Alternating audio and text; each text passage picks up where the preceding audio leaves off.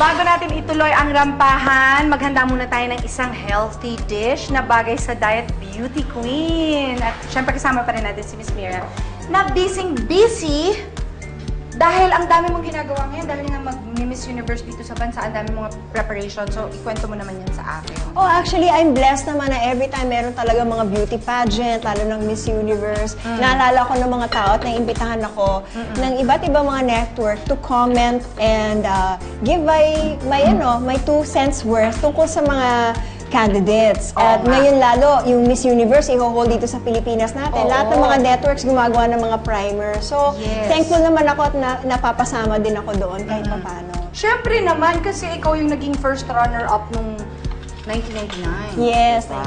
1999. Pero alam mo, te, pareho pa rin itsura mo. Ay, salamat naman. Oo, hindi nga. Pareho pa rin itsura mo. Parang wala namang nabago. Ano ba yan? Thank you. Sabi nga ng asawa ko, mas maganda daw ako ngayon kaysa noon. In fairness, kasi alam mo kung bakit? Bakit? Happy ka. Yeah, I'm super.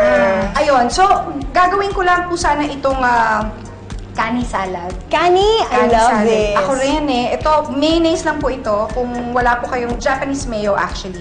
Pero kung wala kayong makuha ng Japanese mayo, pwede na yung ordinaryong mayonnaise. Nilagyan ko lang po ng konting lemon juice at saka wasabi. Ayan. Para may konting kick. Ayan. Ganyan lang. Tapos, lalagay na po natin lahat yan. Pati yung kani. Ayan. Aside from Miss Universe na syempre, busy ang maraming tao. Dahil some of the candidates are already here. Yes, they're galing sila sa Cebu. Oo, nag-ano na sila. They're going around to show the different destinations around the country. May gano'n na. Oh. Maganda rin yan for us eh, no? Kasi for tourism. Of course. Nakaka-promote nga ng bayan natin. Kaya thankful ako na nag-decide at pumayag na si Presidente Duterte na dito na gawin ng Miss Universe. Tama, kasi yun na nga, it will promote us also. When was the last time na ginawa yun sa atin?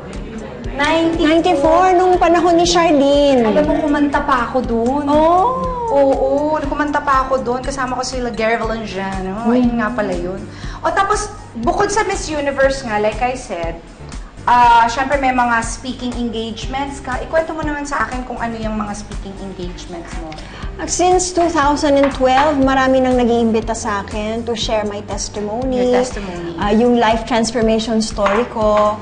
And very recently, like since mga 2 years ago, iba't ibang mga topics din ang iniimbitahan ako ng iba't ibang mga organization to speak about. And these organizations are mga church organizations o di naman kaya mga civic organizations, Rotarian, ganon.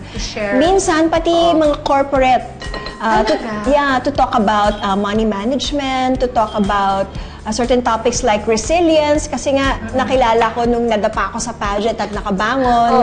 So, yun ang isa sa mga qualities na gusto nilang ituro sa kanilang mga empleyado, and then they asked me to talk about it also. Pati sa peak performance, isa din yun sa mga topics na natatalk ko. Pero pinakamadalas talaga, sobrang trending, etong ang aking life transformation story, which I wrote in my book, He Can Catch You When You're Gone. Anyway, eto na po yung ating kani salad na merong tinapa flakes, cucumber, carrots, romaine, iceberg lettuce, and then syempre yung ripe mango, roasted sesame seeds, at tapos yung dressing po natin. Syempre yung yung kani, no? Yung pinaka-kani. Yung dressing natin, Japanese mayo, lemon juice, tapos soy sauce, and wasabi. Yun lang, tapos yun na yun. Oy, alika na kayo mga Miss Universe! Come on! Come on! Time!